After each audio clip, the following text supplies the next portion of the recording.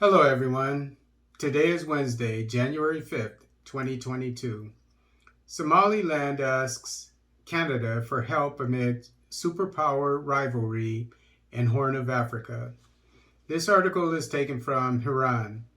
Somali's breakaway Somaliland region is asking Canada for international recognition and aid, saying it's important for Western countries to support a functioning democracy that's resisting China's influence in the Horn of Africa.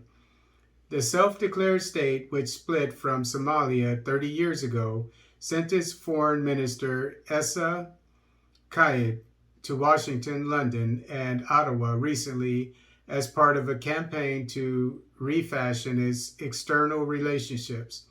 A U.S. congressional staff delegation later visited Somaliland. Mr. Kayat, 61, who also holds Canadian and U.S. citizenship, met with officials at Canada's Department of Global Affairs in December. He's asking countries to provide aid directly to Somaliland and instead of giving it through Somalia. He also hopes for recognition as a separate country, a measure that Canada would not likely take unless it was part of a concerted effort by Western allies, which will probably happen. Somaliland, which broke away from Somalia in 1991, but has not gained widespread. Those extra words were mine, by the way. I'll start over with this paragraph. Somaliland, which broke away from Somalia in 1991, but has not gained widespread international recognition for its independence, has been largely peaceful while the rest of Somalia has suffered 3 decades of civil war.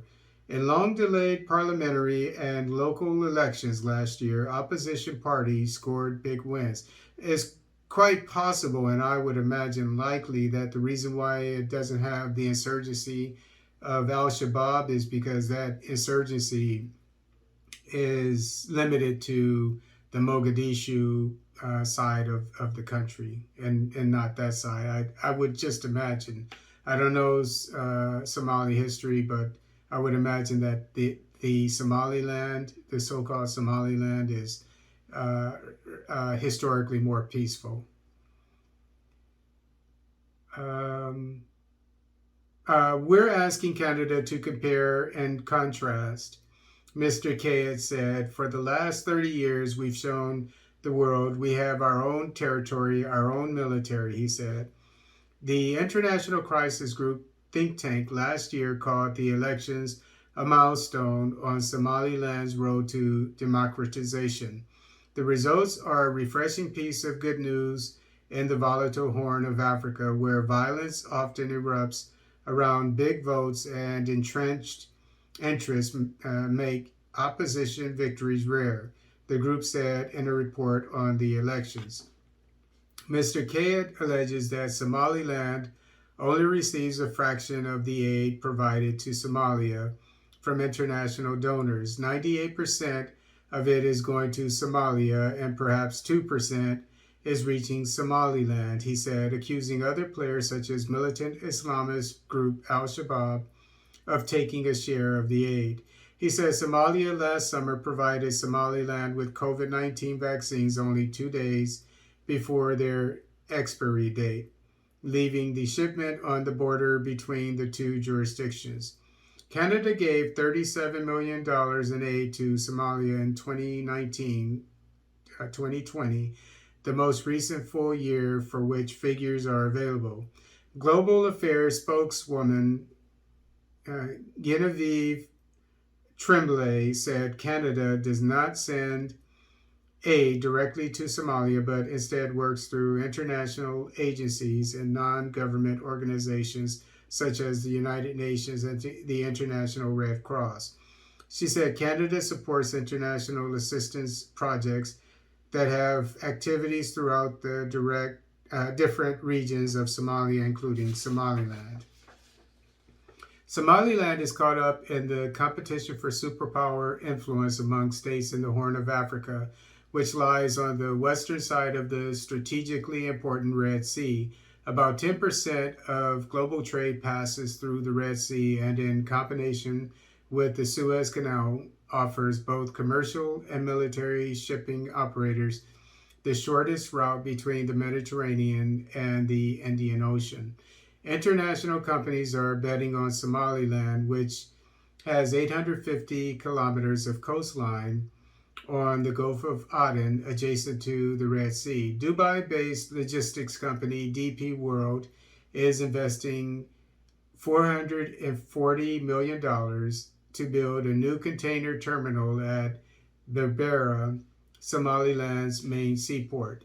China's influence in the Horn of Africa has been growing.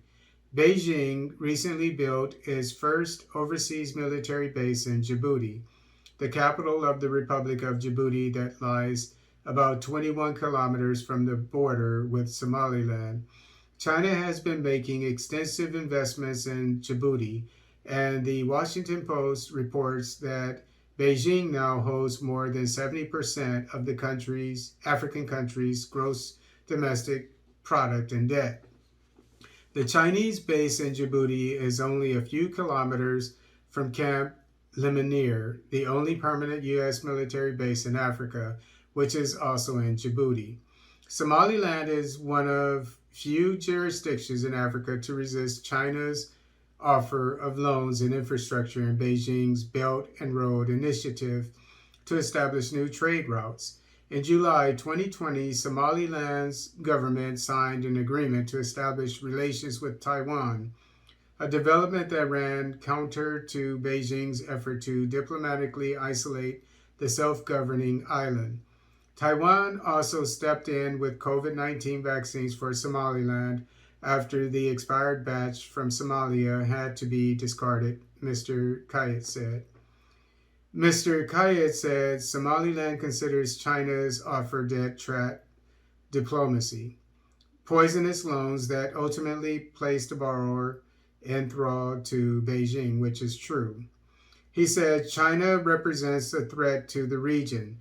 If we were to sign an agreement and accept China as our ally, it means that the freedom of the waterways of that region could be compromised. That's why we have the Americans paying more attention.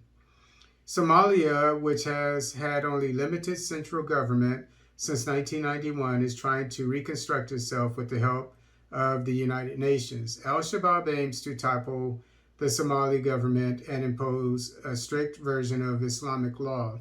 It often carries out bomb attacks on government targets, but also on civilians. Asked whether Canada would consider recognizing Somaliland, Global Affairs in Ottawa declined to say. Canada enjoys a bilateral relationship with Somalia, which includes Somaliland. Canada encourages the federal government of Somalia and regional government of Somaliland to reach a peaceful agreement on their future relationship, Mr. Tremblay said.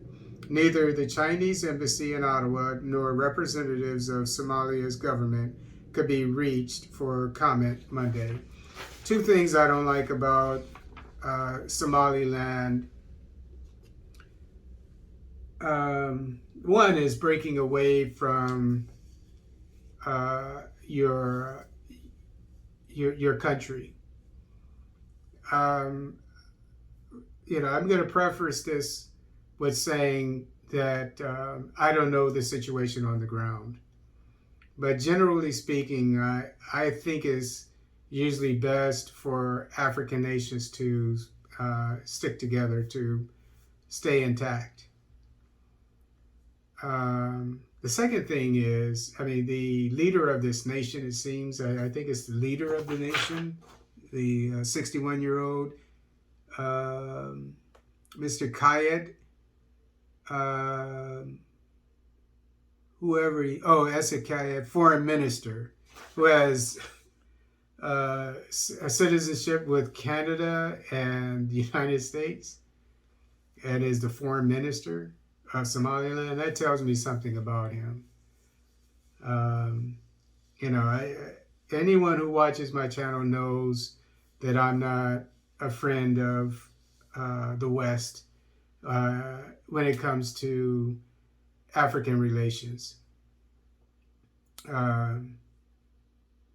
because it's, the history of it, of the West, is that of exploitation. And that's not saying that I'm fond of China or pretty much any other country. Excuse me, but I'm very critical of leaders or so-called leaders in Africa that are close to the West, because of how the West has handled itself by often killing uh, heads of state that stand up for the interests of their people. Many, especially France. So I'm not